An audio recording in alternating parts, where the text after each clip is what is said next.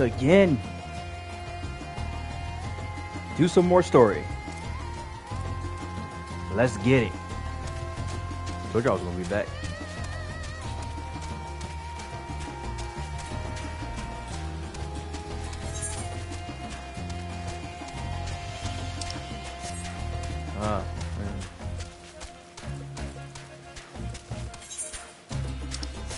Back on these bangers of beats right here.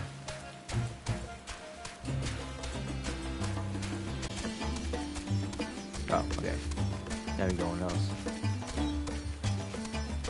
I'm gonna fight one of these things. Fight some new enemies.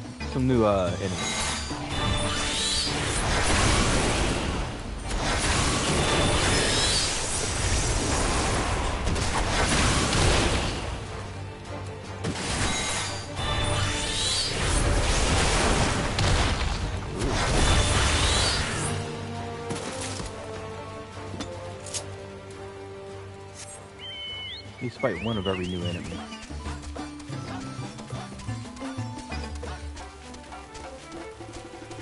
Alright. So now, last time we left off, they were making talismans to get into the tower. Now, what's her name? Nadana wants to test the talisman herself. So we're going to see how that works out. I'm there to pretty much, if it all goes wrong, fix it.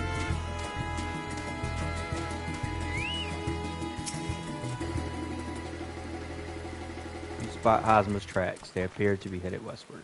She said she was going this way.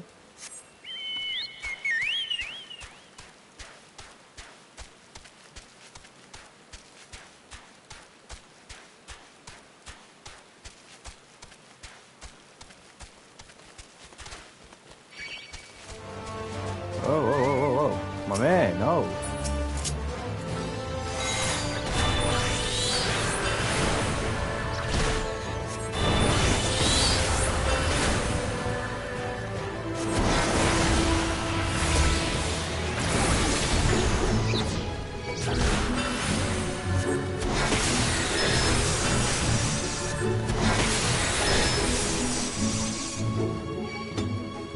Oh, come on.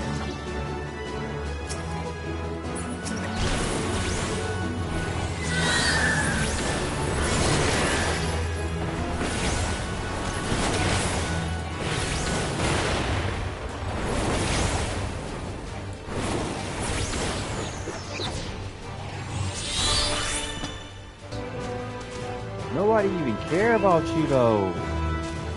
Go somewhere. Yo, Chamrock. Yeah, that's what I thought.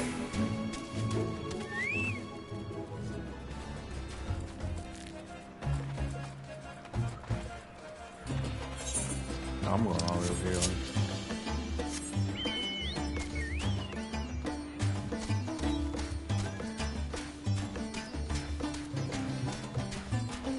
Oh, must be going the right way because there's a group of them right there. So many people.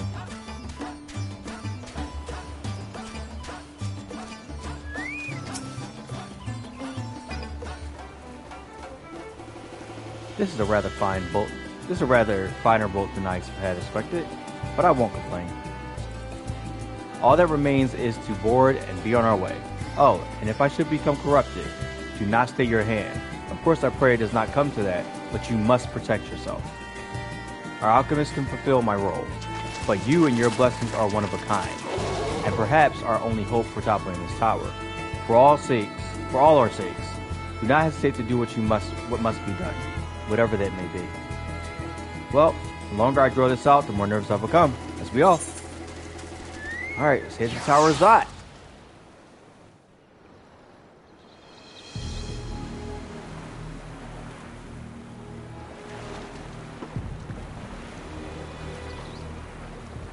We should soon cross the threshold of the tower's influence.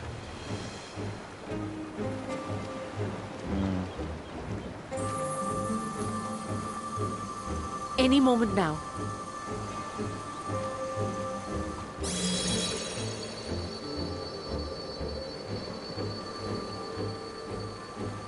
It's working! I'm getting nervous. And you are still yourself? Then I'd like to see how it fares closer to the tower if we could. Yeah, that might be a little too dangerous.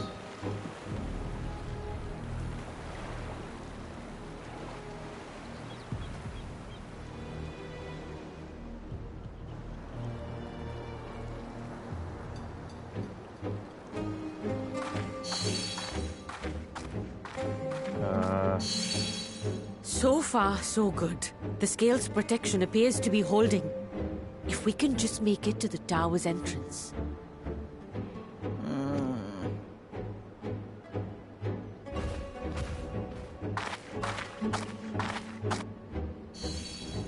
Why is she ahead of you? Get up there. A few more steps.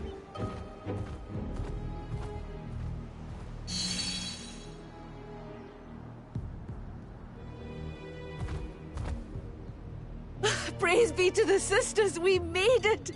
And the scale has proven itself to be everything we hoped it would be.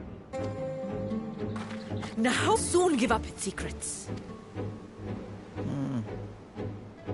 If monsters been coming out of it, you...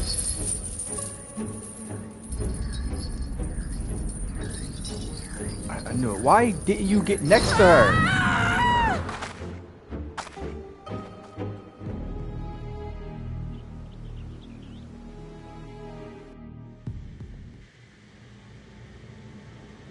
You're supposed to be in front of her.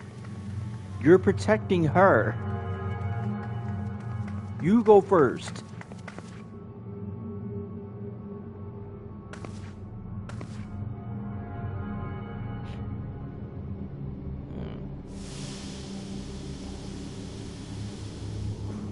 Creepy.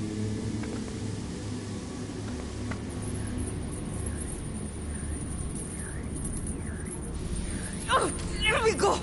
Oh, let me go! Oh! Oh, do calm down. You'll only hurt yourself thrashing about like that. Stop! Oh, you can't do this! Please!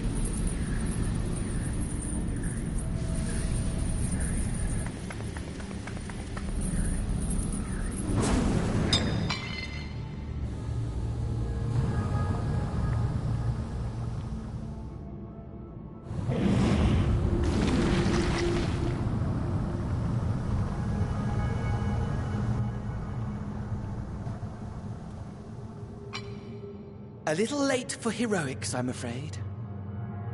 I could whoop your ass right now. The similarities are striking. My! Such hostility! Never before has my artistry so displeased. My patrons of old would have positively squealed in delight, though, between you and me, I find gushing praise exhausting.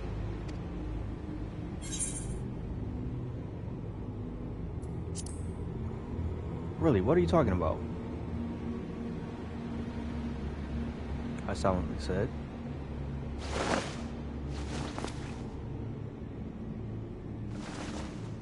Allow me to tell you a story. Surely you've yet to hear the one about Van Daniel, the sundered Ascian. Or I could not and just kill you now. You want to already die. Why not?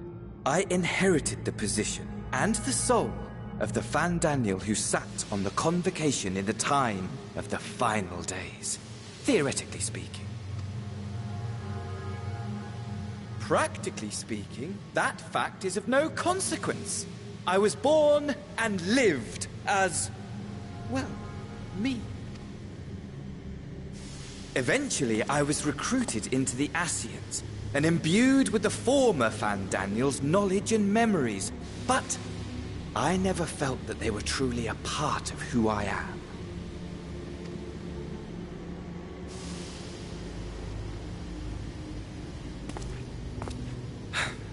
How to explain? Perhaps if I told you who I was before my Ascian embrace, although that chapter too is a past I've long since discarded. I have it on good authority you've poked your nose into an Allegan ruin or two. Yes? Then I expect you've heard of me. The old me.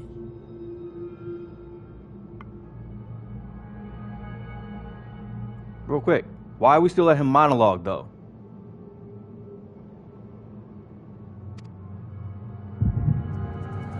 Oh, of course. At your service. Word.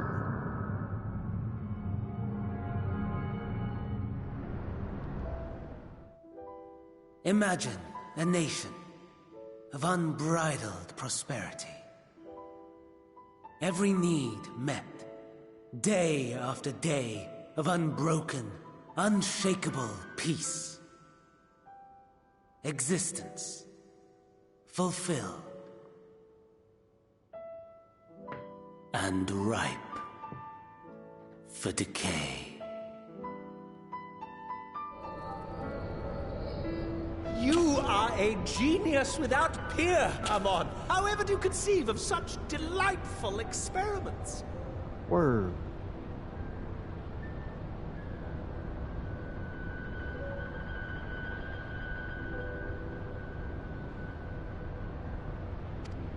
That's crazy. That fool was beside himself with panic when he awoke with the head of a bull. Even his cries for help emerged as so much guttural lowing. That. Why would that be a great thing? Oh, the memory of it. My poor sides. My friends and I were so consumed by laughter we struggled to breathe.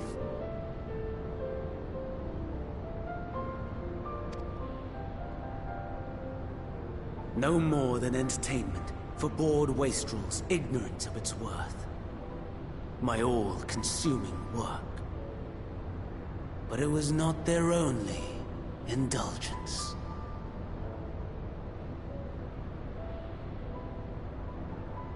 For they were ever hungry for stimulation. Slaves to the slightest hint that amusement was afoot. Our nation was ailing, but I would see the poison purged. I resurrected a legend, our first and greatest emperor. We went to the Crystal Tower. And just as I had planned, he set our wayward empire back on the path of conquest. An inexhaustible ambition carried us onwards. Always onwards. Yet, he who delivered to us such glory was not to be satisfied. Heed me, Amon. No matter how vast one's empire, or full one's treasure vault, all is rendered meaningless by death.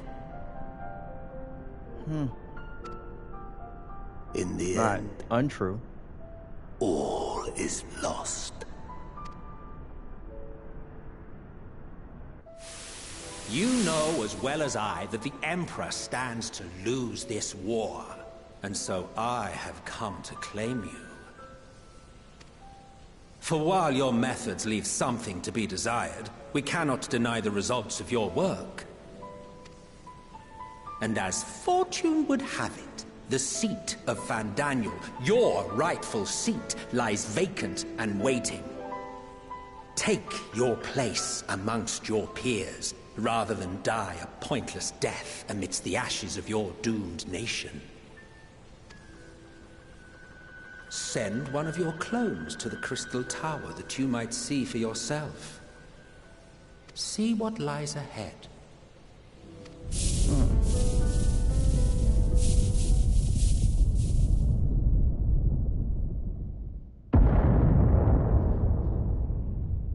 I am watching a lot. The fall of the Empire affirmed the truth. Majestic and tragic, as the Emperor foresaw. Scheme as you like, build as you will, nothing endures. Welcome to people What coming is to life? watch. But a brief jaunt, ending in emptiness. Thank you for joining.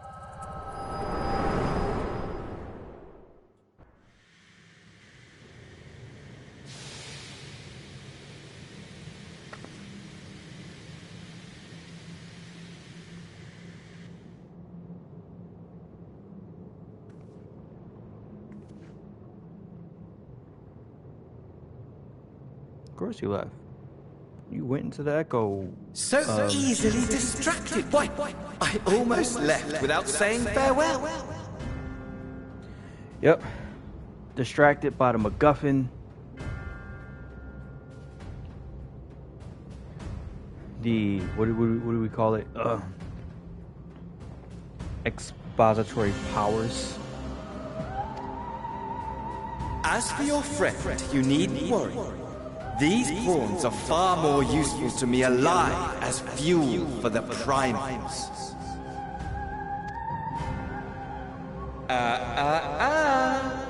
If you attempt to pull them free, they will die. So, enjoy tackling that conundrum with your comrades.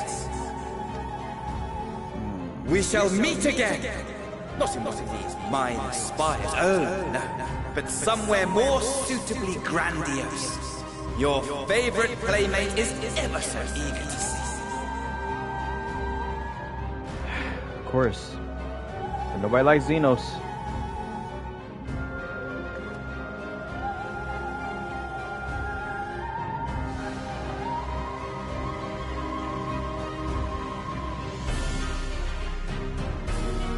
I do gotta say, Warrior Light, that was your fault.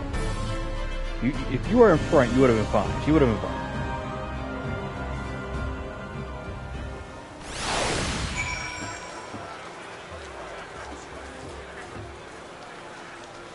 And then we gotta run back and tell everybody we ducked.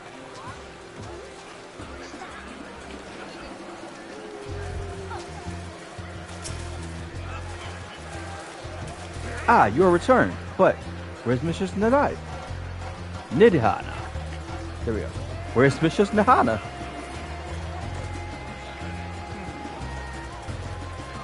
Minutia, reserve. Just when we had succeeded in making the talisman. I must report this at once. Meanwhile, return to the great work.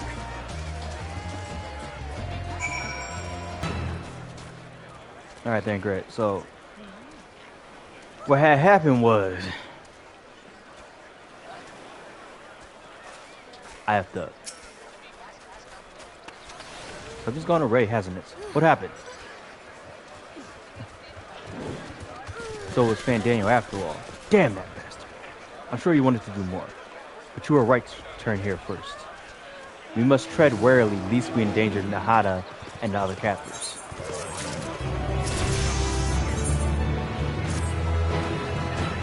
First, we must inform everyone of the situation, Nahada's colleagues included. I'll call them together for a gathering, but I think it would be best if you were the one to explain.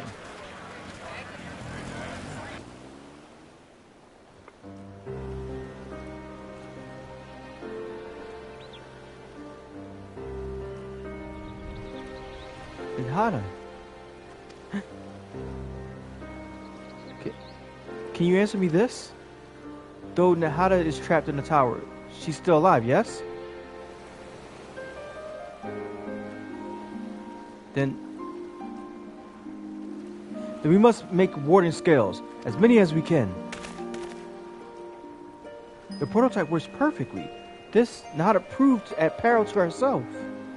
So let us make more scales, that she and all those who were taken might be saved. I, as alchemists, this is how we will help win the fight.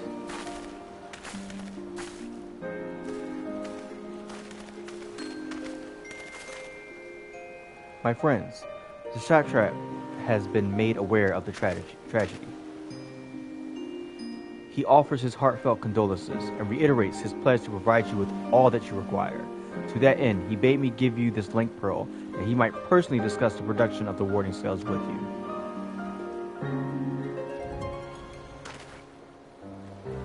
And for our Eorzean visitors, I bear an invitation. In her report, Mistress Nahada noted your vital contributions to the talisman's creation. This fact came to the Satrap's attention, and in recognition of your deeds, he wishes to meet you. In addition to thanking you in person, he will also discuss further avenues of collaboration. And so, if it is agreeable, will you not accompany me to Razet Han for an audience with His Excellency?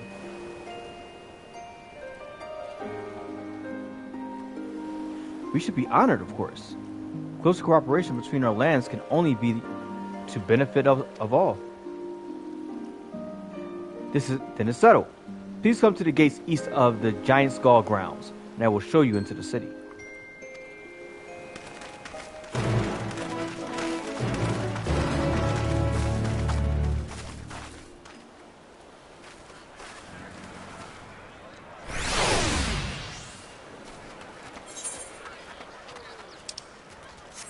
All right.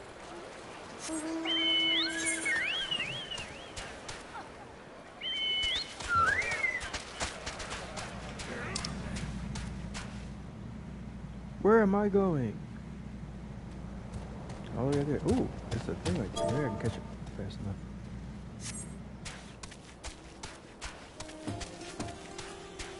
The perfumed rise. My mount is so slow here.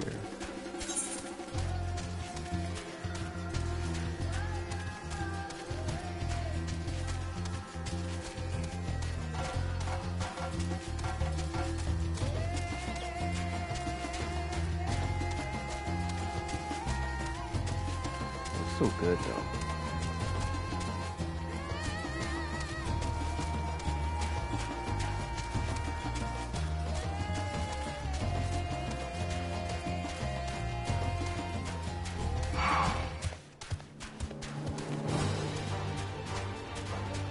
Oh, no, I said I was gonna fight one of something I didn't fight before.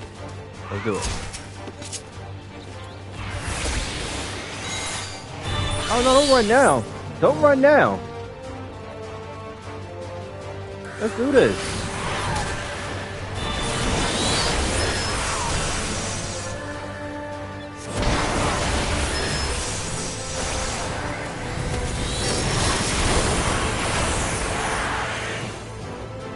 Yeah.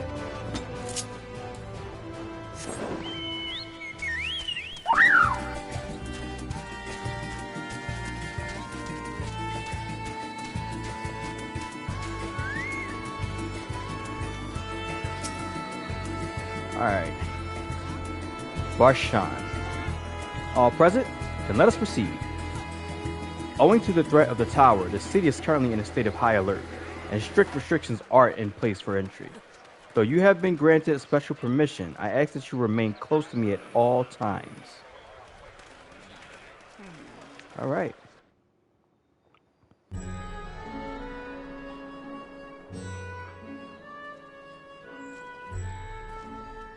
A vast rock squats upon Favnir, and to its stony surface clings the city of Razet Han. Very colorful.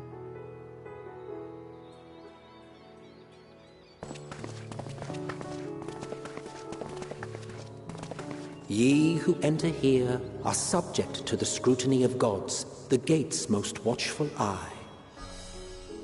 The orb which beholdeth the truth of all things. I am blocking some things.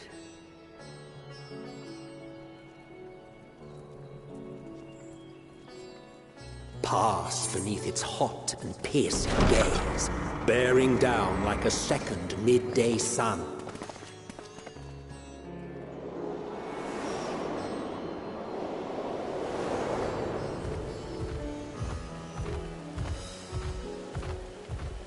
The fragrant haze, a mixture of sweet incense and acrid smoke. The cries of merchants mingled here with lively melodies accented by dancers' feet.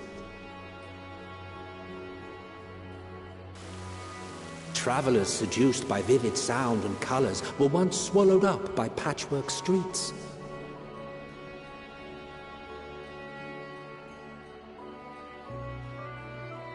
Isobard. Raz Adhan.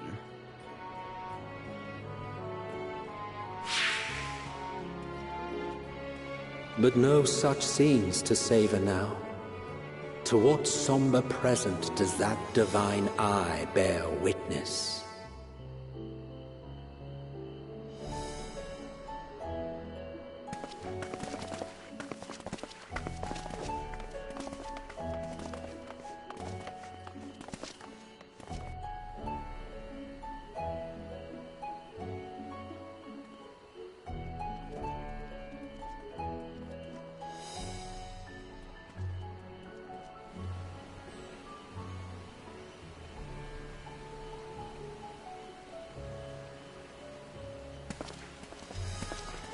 Here we are.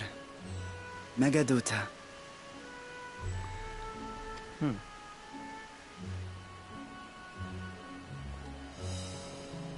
It seems a shame to bring you here directly. Under normal circumstances, it would have been my pleasure to show you the sights. Thank you. And it would have been our pleasure to see them. Alas, it seems our tour of the city will have to wait. I'm afraid so. Come, we should head inside.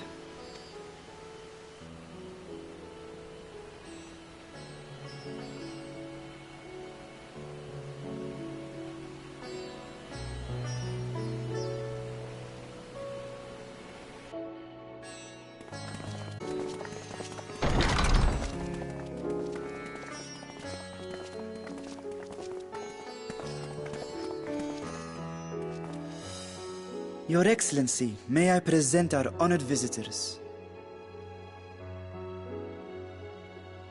Ah, splendid. Most splendid. I don't know why I didn't think it was going to be an aura.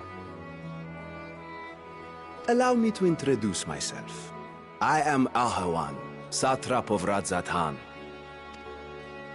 Our alchemists tell me your assistance was invaluable in the creation of the warding scale. Such deeds ought to be recognized in person. Thus did I have young Varshan convey you here forthwith. On behalf of my people, may I express to you our sincere gratitude.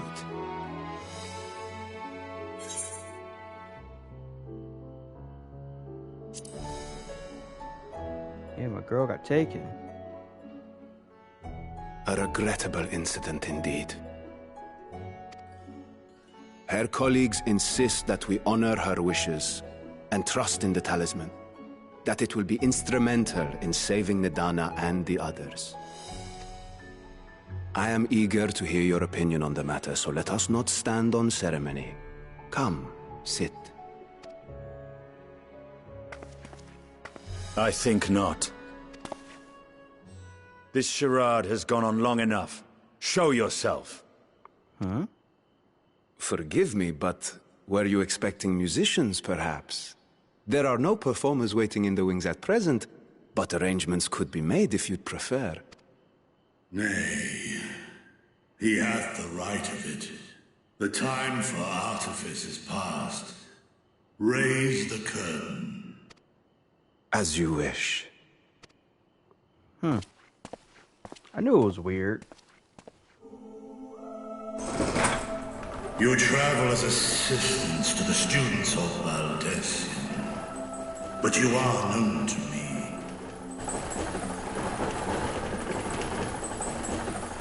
Even here have we heard of the scions of the Seventh Dawn.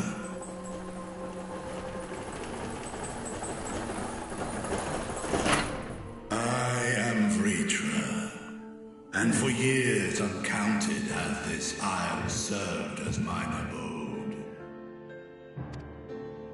Vritra, of the First Brood, sibling to Hraesvelga and Nidhogg. Aye, mine elder brothers, of Midgard's Sorma's spawn. I was last to hatch. Just twist after twist, isn't it? Well, isn't this a surprise?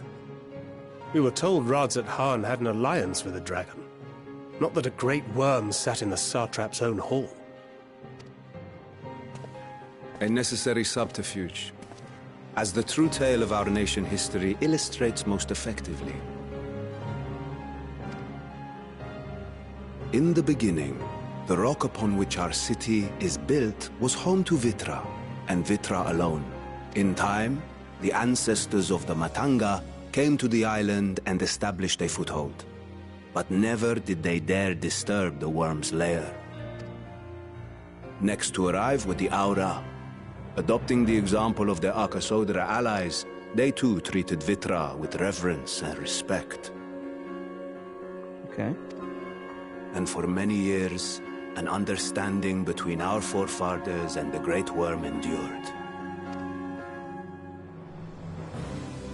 Until marauding heroes from the mainland came, threatening to shatter our peace and tranquility. When it seemed all would be drowned in blood, Vitra himself came forth and quelled the rising conflict. A peaceful accord was reached, and oaths sworn in Vitra's name. Thus began the dragon's governance of the fledgling state, which was to grow into Radz Athan. But if Vitra is still here, then your position as Satrap is just... A charade, yes. And one which my family has performed faithfully for generations. Many envy the great worms their power. Were it known that I ruled here, then the fires of war would burn without end. Makes sense. I would not be the flame which consumeth my people. Those few who join me in laying our country's foundations were, perforce, sworn to secrecy. Your eye. It was taken.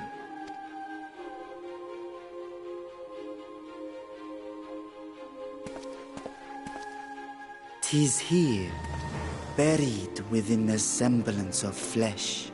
The body before thee is but a simulacrum, constructed by the finest artisans of Razatan. What? With mine eye nestled within, it doth serve as an inconspicuous vessel for my whim."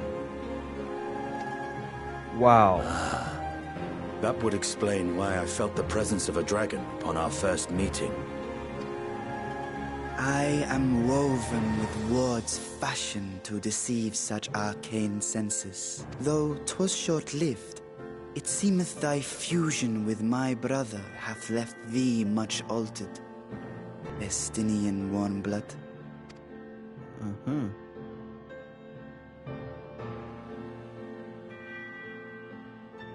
From the very first, we sensed the nature of one another. Yet did neither one of us bare his fangs. That is all I need know of thee for now.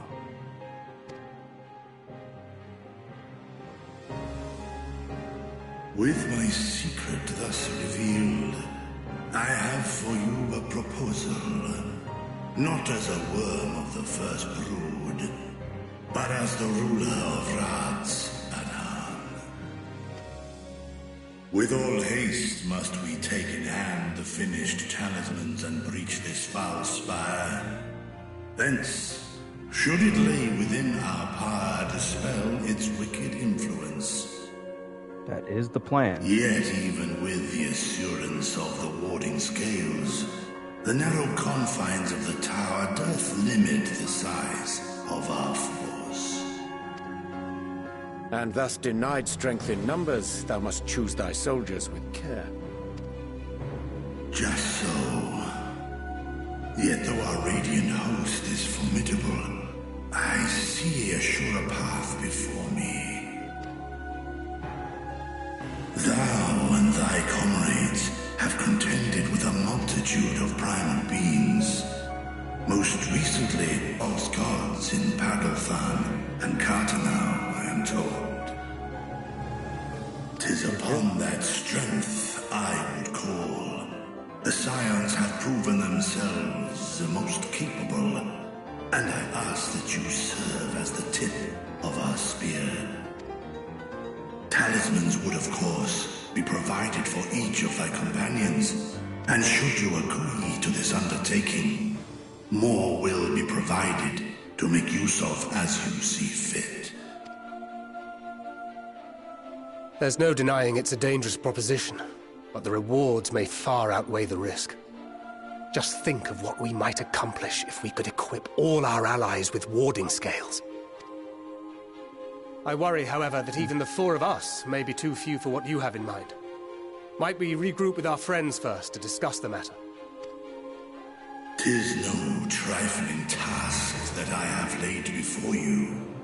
Go. Steel your hearts and hone your plans. Such time as you require shall be spent in crafting your protective charms. It seems a quick trip back to Charlian is in order.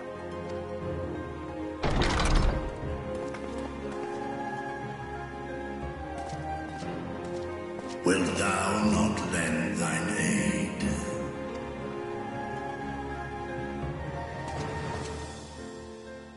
Whether your request be made as a great worm, or the ruler of Radzat Han, I see no reason to refuse. Nor will I. I am in thy debt.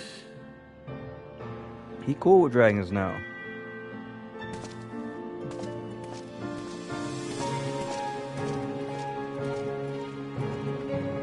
You gotta stop being rude. You just be walking out on people like you Batman or something.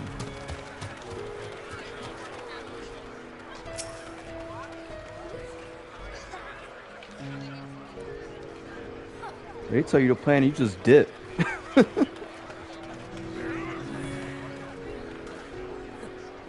That meeting took a rather unexpected turn, but we now have a clear objective ahead of us.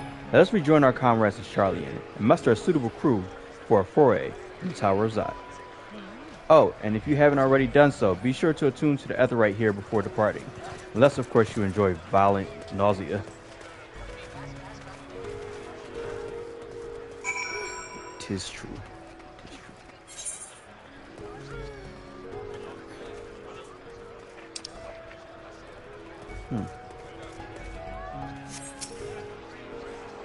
I try. Apologies, but given that the city is currently in a state of alert, I cannot let you proceed past this point.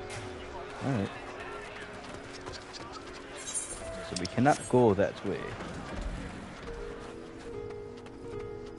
Or just jump down. Can't stop me. I mean, the hard ground killing me could, but you can. Okay. We're going back to Charlian. What I do? Oh, I'm not gonna make that.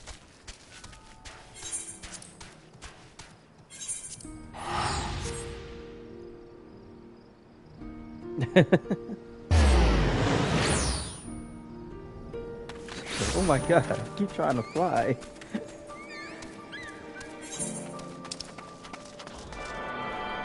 I'm not gonna make it.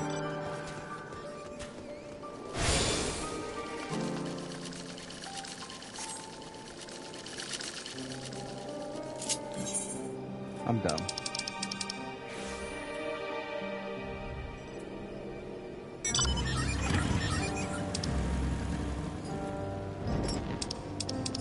Where would that be?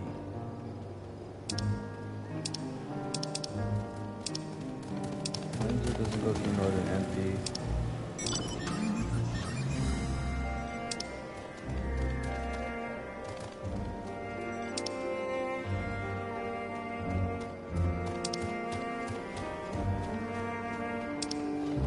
Why isn't it in here? I am definitely attuned to it. Alright. This is the first. And that cost a lot.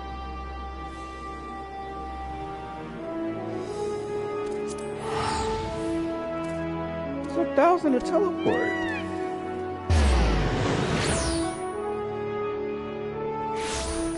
That's high road robbery. Alright, Stenian. The conflict between Nidhogg and I is in the past, and though they were brothers, it has no bearing on my view of Gertrude. Above all else, he is a leader of men, not an enemy. He would hardly dedicate his life to this endeavor if he bore our kind any ill will. Gertrude and his alchemists have prepared us for our foray into the tower.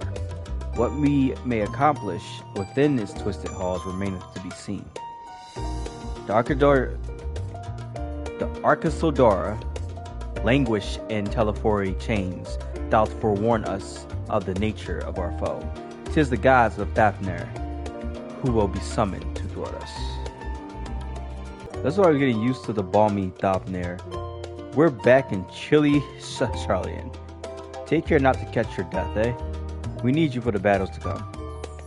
Now then, your investigation here remains, but when that's over, we can take stock of all the developments and discoveries. Alright, I'm gonna help you on this side. Krile is intent on uncovering the reason behind the Forum's inexplicable behavior. An unsettling change has come over Charlian, but together we will divine the underlying cause for the Forum's callousness. As I mentioned before, however, questioning the counselors directly is a fruitless endeavor.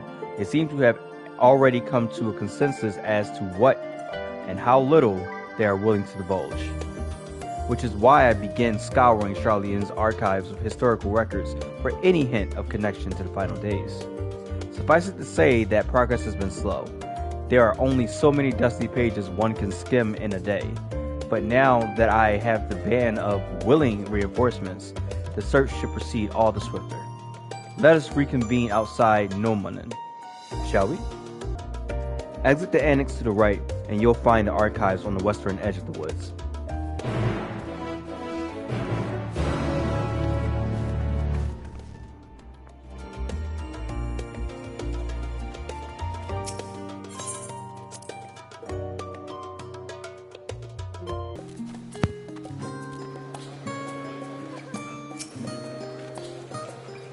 My directions were easy enough to follow, I hope. In any case, you stand now before the doors of Nomanen, Charlian's grandest collection of books and tomes. This building is actually only an entrance, and one of many that, for the archives of Nomanen, extend deep beneath the surface like the roots of a tree. The vast halls of the Great Google Library pale in comparison to Nomanen's endless maze of subterranean chambers. Any citizen of Charlian is free to enter and peruse its shelves. Well, most of its shelves. Only archons are afforded access to certain restricted vaults. I've dispatched Stola and Raha to investigate those. Meanwhile, Alize and Alpanol will help me continue my search through the stacks open to the general public. Your status presents more of a problem. As a non-citizen, you are only permitted to browse the first floor here at the entrance. Even so, there should be a number of books which touch upon Charlian's history or foreign policy. Your task will be to find and study the relevant publications.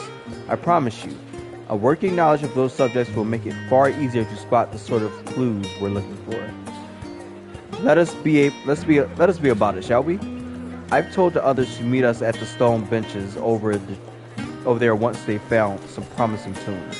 Happy reading.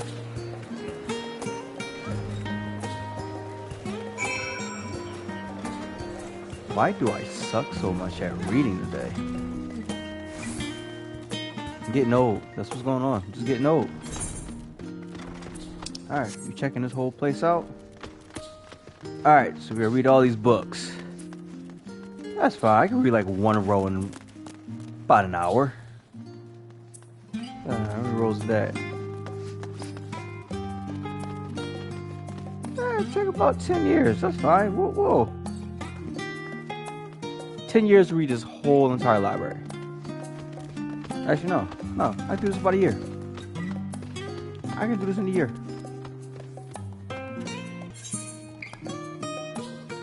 The title on the spine reads, The Story of Charlian. Read the book? Sure. Long, long ago, on an island in the Northern Sea, there lived a Rogadan man by the name of... Not going to even try to pronounce that. That name was a student of astrology, and he divined that a flood of terrifying proportions would soon sweep over the lands of Eorzea. It was that he built a gigantic ship, assembled a crew, and set sail for that imperiled realm. The flood arrived as foretold, and to their horror, the strangely churning waters drove the people towards the ocean. It was there, however, that this guy's crew hauled them aboard his ark. But the danger had not passed. A towering wave approached, threatening to smash the vessel to pieces. With only moments to spare, this guy wove a mighty spell of teleportation and shifted the entire ship to safety atop the Abathia spine. Refugees from the surrounding regions huddled there alongside them, but it was not long enough before disputes over the dwindling supply of food led to violence and bloodshed. Saddened by the sight, this guy gathered to him his crew and his grateful passengers and abandoned the ark to those reddened peaks. They journeyed to the coast where they built a new ship, intent upon returning to the northern seas. They landed on the beach of an island and settled upon that very spot. That settlement prospered and grew, and in time it became the city of Sharlayan we live in to this day. Many years ago, on the banks of the Thaliak in the Dravanian hinterlands, a Sharlayan colony once thrived. This settlement was originally established as a mere outpost to study the ethereal sea in the year 1311 of the 6th Astral Era. Scholars dispatched to Eorzea found the facilities wanting, and their demands encouraged a gradual expansion in structures and services. As rumors spread of a growing community of academics, the area was further inundated with Eorzean students hoping to share in the renowned wisdom of the Sharlayans. 50 years later, the Forum passed a motion to recognize what had become a flourishing town as an official Sharlayan colony. Eorzean residents took to the calling of the colony itself Sharlayan, which led to no small amount of confusion when discussed turned to the subject of the motherland. In response, some Sharlayan inhabitants, if pressed for a name, would simply refer to it as Emporium. Following the Great Exodus, however, goblins and treasure hunters claimed themselves a corner of the abandoned colony and gave it yet another name, Idleshire. The following chapters go on to introduce the most prominent features of Idleshire. This book does not appear to contain additional information on the Forum or cover the history of the Sharlayan motherland in greater detail. During the chaos of the Sixth Umbral Calamity, the Archon, founder of Sharlayan, bore witness to the madness and savagery of men, brought to the brink of despair.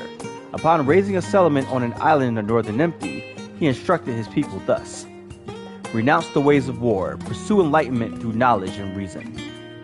Well, that tells why they don't engage in any fighting. The Sharlayans took to heart the words of their savior and thenceforth served as stewards of wisdom. Upon a foundation of acclimated learning, they built a homeland unlike any other, a nation born from strength of minds rather than strength of arms.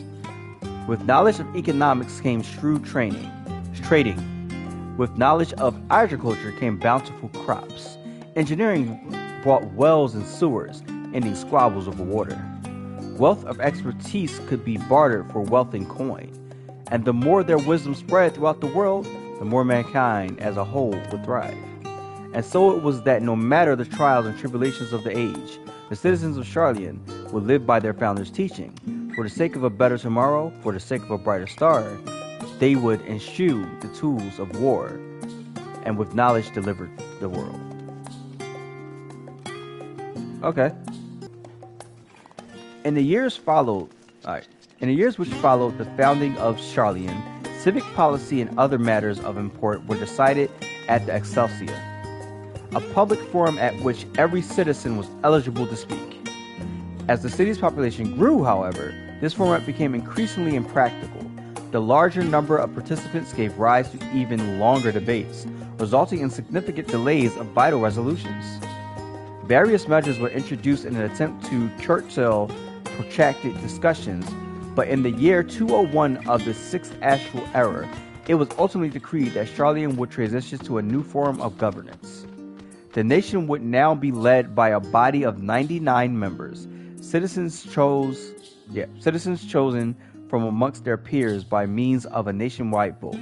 Thus was the forum as we know today conceived and created. You have gained a fundamental understanding of Charlene history and the fundamental foundation of the forum. Head outside to the rendezvous point and await your companions.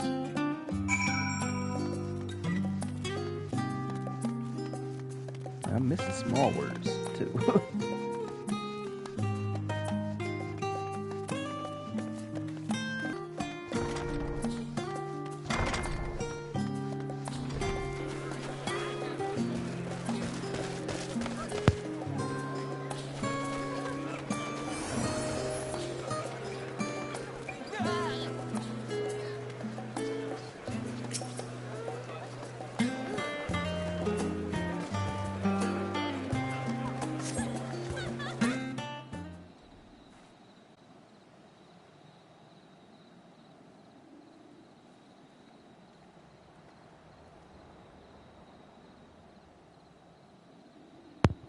Sorry, were you waiting long?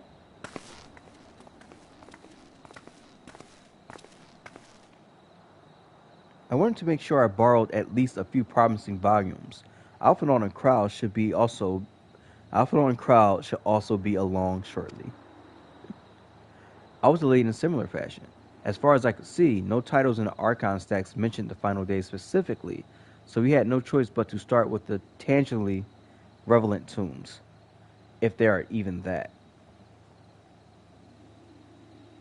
Tangentially.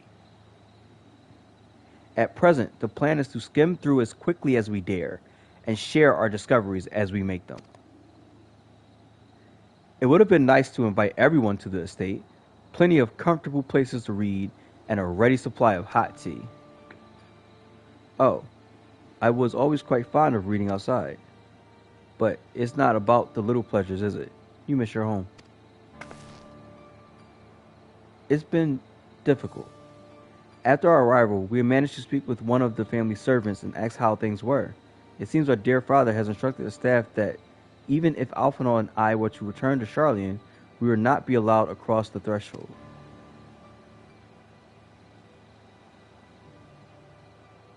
A harsh measure indeed. I hope that our efforts to understand his position and that of the Forum will perhaps lead to reconciliation. We'll mend this rift one day. I'm certain of it. And what of you, Graha? Have you been to visit your family, or do they not live here in the city? Well, my situation is somewhat complicated. I was raised in Charlian, yes, but I was born rather farther away. In the southern reaches of Isabald, in fact. For generations, my people have dwelt in Carvos, the coastal region opposite of the island of Daphne.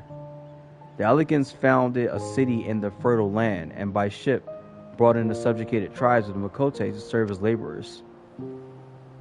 Of course, the massive earthquakes of the fourth umbral calamity brought an end to the Empire's reign, and when the fifth calamity froze the seas solid, many of the tribes still living in Carvos braved the journey back to Eorzea. My ancestors, however, chose to remain, and they might prevent the remnants of Allegan technology from being misused. Is Carvos under Gallian rule? For the past 50 years, yes. Some semblance of local culture remain, as is the case for most imperial provinces, but Garlemald renamed the region Locus Amanus. When I was a boy, a nearby town came under the jurisdiction of an illustrious imperial family, the nobles of House Darnus. Nail?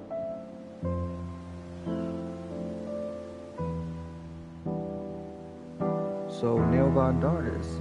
House Darnus demonstrated a singular interest in Allegan civilization, and so my tribe was forced to consider a plan of action. For some time already, voices have been raised in favor of abandoning our ancient customs.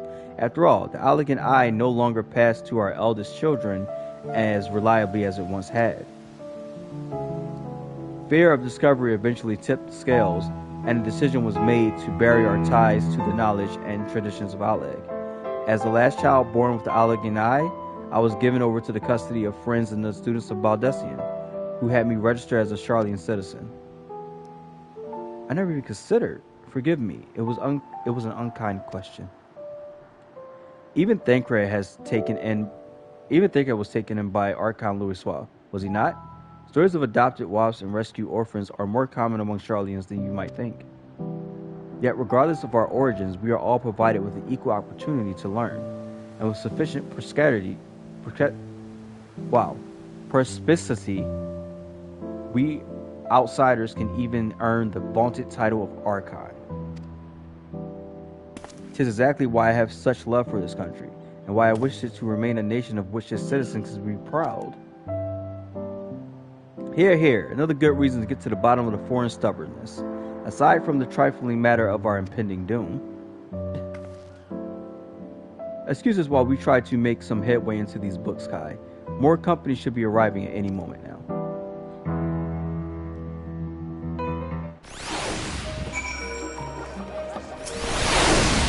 Wait at the destination again!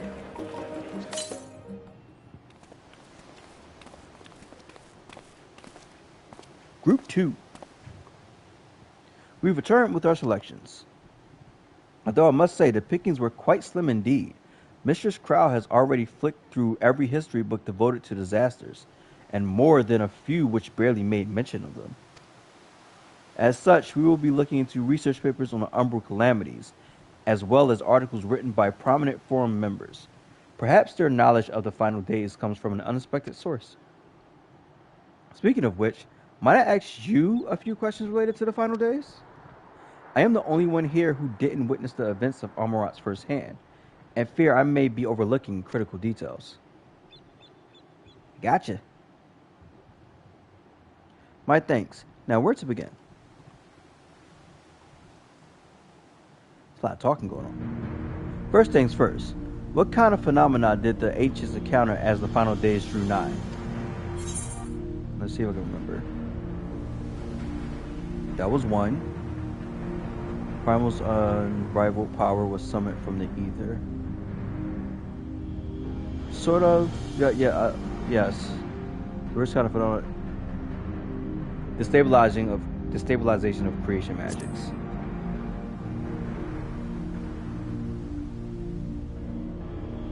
Yes, the unfolding catastrophe wrought havoc on all manner of life. The chaos extended to the ancients themselves, causing their powers of creation to spiral out of control. Fear and despair manifested in terrible, tangible fashion. Meteors raining from the sky, fire erupting from the ground, indescribable abominations prowling the streets. That more or less aligns with my understanding. If only the arts of creation had survived until the present day, we might have had something substantial to analyze. To the best of our knowledge, however, those techniques were not preserved or passed on. It still surmises that the closest known magic is that of the summoning rituals promulgated by the Ascians. Well, because they were the first Amaranthians. Was there aught else of note which heralded the approach of the final days? The entire star was engulfed by disaster all at once. They say it began with a keen sounding from the land itself. Sound. Off and on, you can answer this one. They say it began with a keening sound from the land itself. Ah, yes, the Amaranthians spoke of it, didn't they? We never did hear this sound ourselves, of course. Thrust as we were into the midst of the madness. But it seems that each and every one of the catastrophes were preceded by this ominous noise. Eventually, it resounded all across the star, and not even Amarat was spared. So the ground was crying out, you say. To be considered the harbinger of doom, it must have been quite distinctive. You speak with one of the Nominal's mammoths and ask after any books which mention such a sound. Last but not least, would you describe how the ancients sought to quell this unprecedented calamity? What definitive action did they take? They made Zodiark. They summoned Zodiark.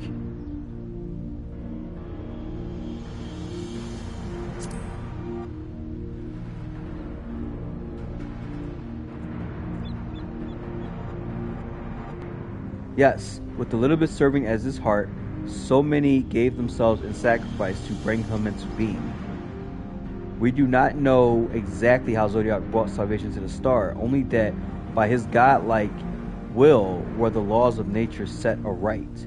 Then, once the balance was redressed, the ancients offered up a further sacrifice to heal the ravages of the final days. Lies sprouted anew, and it was these fledgling souls that intended to render unto Zodiac a trade that would be allowed them to resurrect the shades of loved ones absorbed by the primal. Or might have, had Venat and her followers not manifested their opposition in the form of Heidelin.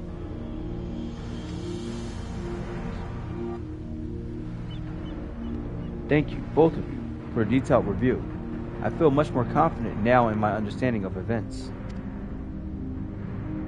With all that freshly in mind, it does make me wonder what the Telephori truly mean when they speak of bringing back the final days. We've seen what they're doing with those towers of theirs. It's forcing people to summon primals and a kind of catalyst. Are they attempting to mirror the conditions caused by unstable creation magics? Or are they simply using the final days as a figure of speech? A convenient metaphor for the scale of destruction they plan to unleash. But this is all just pointless conjecture at this stage. Let's return our attention to the forum, shall we? We should keep an eye out for Yestola, but 'tis time we begin studying these research papers. And one more.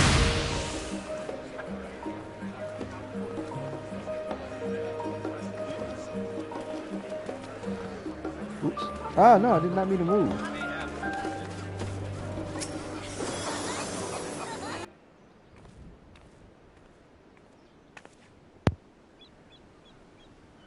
I'm the last, am I?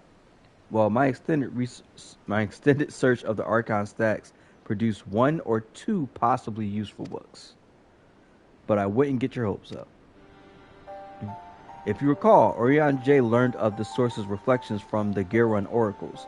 For its potential to cause panic and confusion, that tome was deemed apocrypha and sealed away in the Great Google Library. 'Tis even less likely that knowledge of the unsundered world, not to mention the horrors of the final days, will be left sitting on a shelf for any curious scholar to find. It stands to reason then that my colleagues, be the Archons or the Counselors, should perforce be largely ignorant of the subject. Yet, when you confronted Master Flauchelant with knowledge of the Terraphora and their machinations, he scoffed at the suggestions that they pose a threat.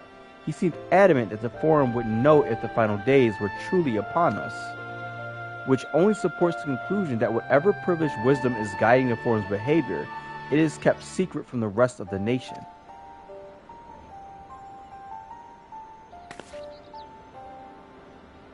Not that I mean to excuse myself from reading duty. Whether they contain the mention of the final days or no, these books could yet hold something of value. You weren't thinking of leaving, were you? There's plenty of work for everyone.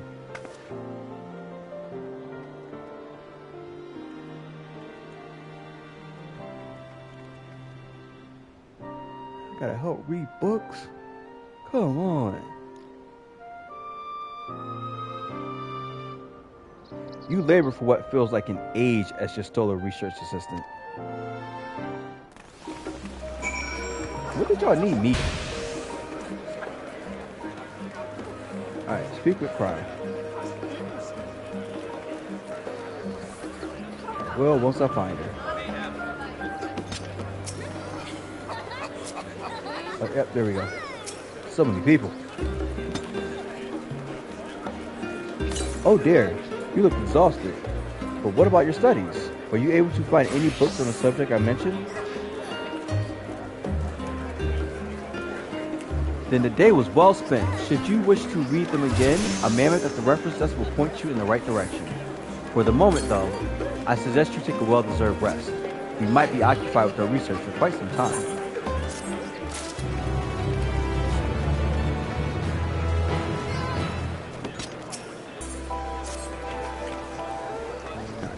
Ready for a tea break, Kai? I know I am.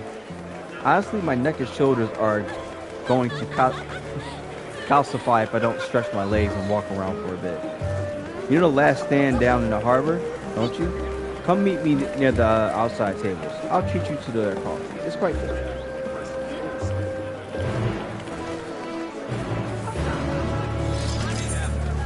Guys.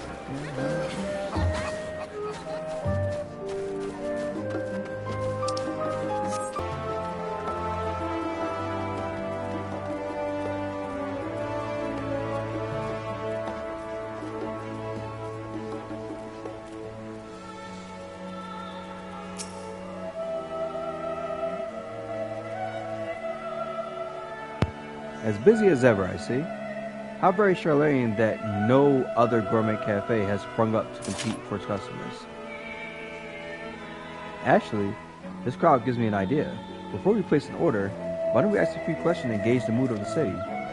I'm interested to hear what the average citizen has to say about the Terrafori. We might even learn something new. Worth a try, don't you think?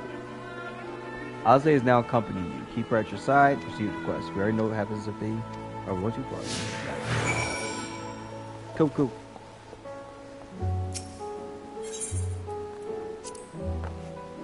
Someone here at the cafe should be willing to speak with us. Let's ask around.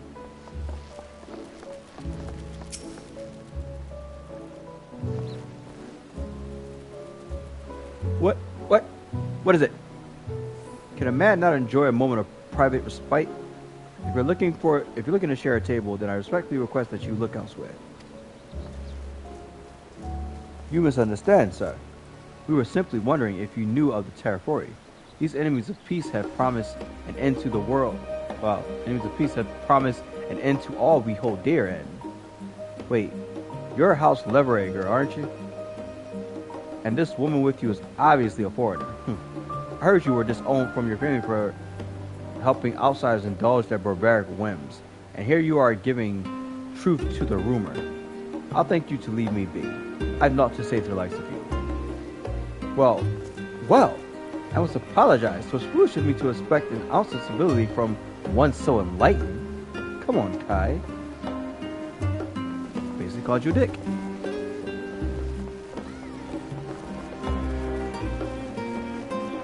I knew they didn't all know about the Terrafori.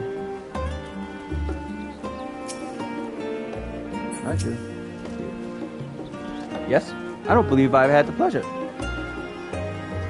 Pray, excuse the interruption, but we were hoping you might share your thoughts on the Terrafori and their unconscionable plans. My goodness, if it isn't the young Miss Leverer, you should not be with me. Nobody wants to talk to you. My apologies, but I work in the offices of the Forum, and if word reached Master Butcherlot that I was helping you, I see. We're sorry to have bothered you.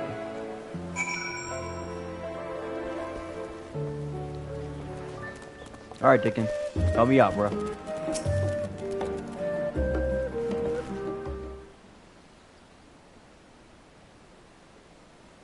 Welcome, madam. What can I offer you today?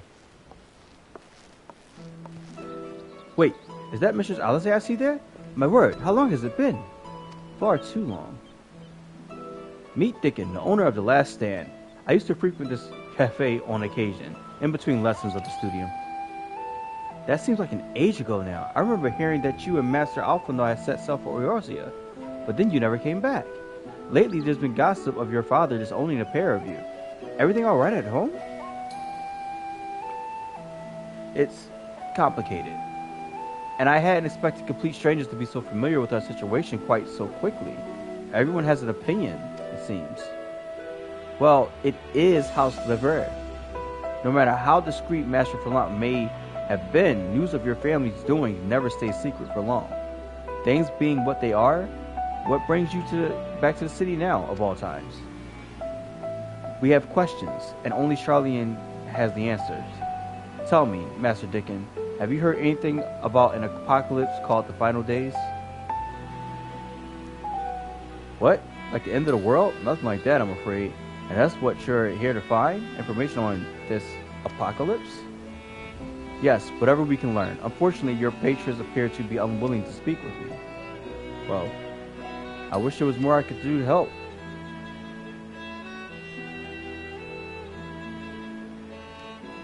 Maybe there is. You're a visitor to Charlene, aren't you? Then few will know your face. We should be able to pass you off as a server with none the wiser. We just finished preparing a few orders. Strike up some friendly conversation while you're setting down the food, and you might just get the answers you're looking for. Not a bad idea. I hate to ask, but what do you think? I guess not. Why not? I worked at a coffee shop before. Do this. That's fair. Pay attention now. I'll explain where each of these dishes needs to go. The tea set is for the chatty group sitting by the water's edge. The omelet is for one of our regulars, a Highlander named Gizla. Gizla gets the omelet. Got it. She's sitting on the outside table with a friend of hers. Behind them, you should see a Makote gentleman. He ordered the oven-baked lobster. Got all that? If you're not sure, just ask and I'll explain again. No, I got this one go. I'm not even gonna come back to ask you. Also, I don't get an apron? Alright, forget you then. I wanted a uniform. Alright, first person. Where we going?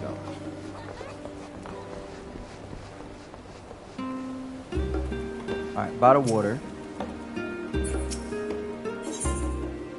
You get the tea set. Afternoon tea. Oh, my tea set. Lovely, thank you. The telephone. Who? I'm sorry, I never heard of them. Or their final days. My friends and I are somewhat uninformed when it comes to current events. Now, if you wanted to hear about ritual arcane practices of the Sixth Astral Era, common or esoteric, then I'd be happy to talk your ear off. No, I'm good. Chill.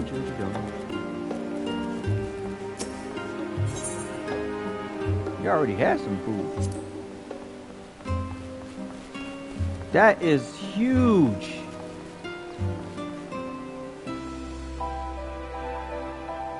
Jeez. Ah, finally. 2, 4, 6, 8. Let's dig in. No time to waste.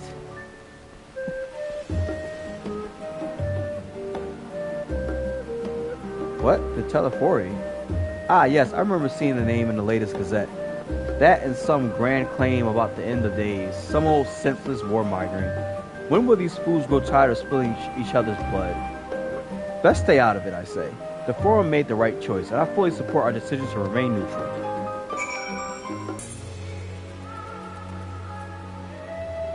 Urbane banter with a smile. The lobster. My man. And what'd your friend get? Ketchup on a plate? You don't get him nothing? That's crazy. Man, lobster, you got ketchup on a plate. Final days? This is the first I've heard of it. Although that would explain why my friend has been rushed off his feet. It must be a busy time to be a gleaner. Huh? You don't know what a gleaner is? They're collectors of a sort. Travel the world procuring things that we haven't got here in Charlene. Priceless books, unusual life specimens, and so forth. So named for those folks who trail after the reapers in the fields, picking up every grain which was missed. Aye, by all accounts, gleaning is one most meticulous and demanding profession. If these Telefori make good on their audacious threats, then many uncatalogued rarities could be lost forever. Why else would the gleaners be buzzing about in such a frenzy? Watch the harbor and you'll see what I mean. They're carting loads from the docks all day. It's never been this hectic before. Not like this. Alright, so they might know something.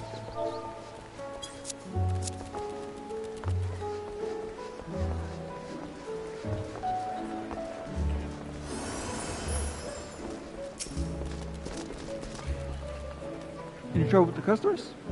Were you able to get anyone talking? Everybody. Interesting. They seem unaware of the final days aside from whatever vague news the Gazette are printing. Even Dickon had nothing to offer, and he's the best source of gossip in the city. If the Forum does have secret knowledge, then they've done an impressive job of ensuring no one whispers it to the wrong ear.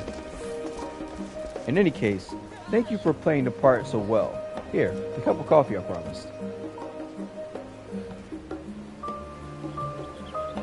But let's enjoy our drink somewhere else, shall we? Maybe behind the peristyle, away from the gossip and their wagging tongues.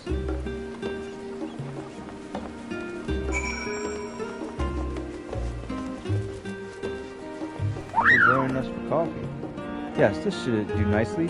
Out of the wind and out of sight.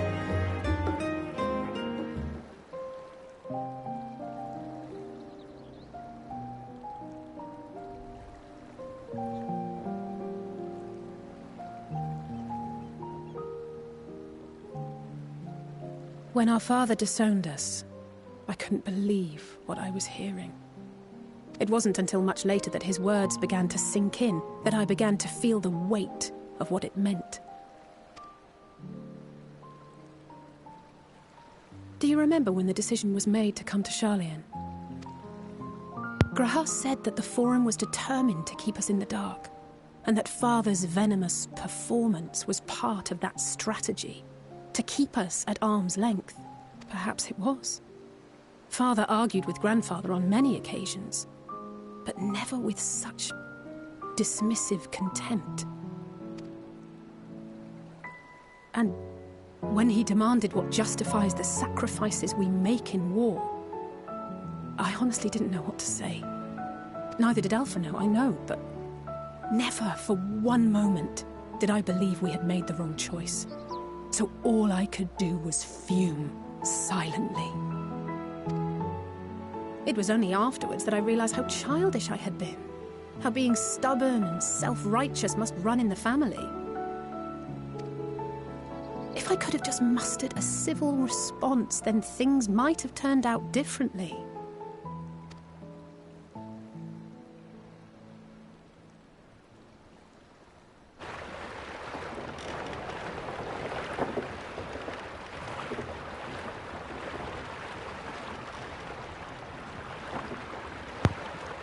Those must be the Gleaners.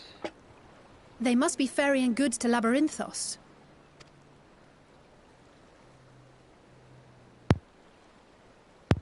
Yeah. A vast complex beneath the island. Krile is famous for archiving knowledge from around the world. Well, that knowledge is not preserved exclusively in dusty tomes and desiccated samples. Our living library, comprised of all manner of flora and fauna, is housed and studied within that underground facility. Still, that did seem to be an unusually large shipment. When I lived here, it was rare to even see such cargo transported by boat.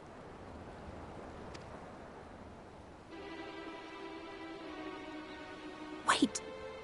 Didn't you hear something in the last stand about the Gleaners coming and going more than usual? Well, I think they're the ones we saw manning those boats.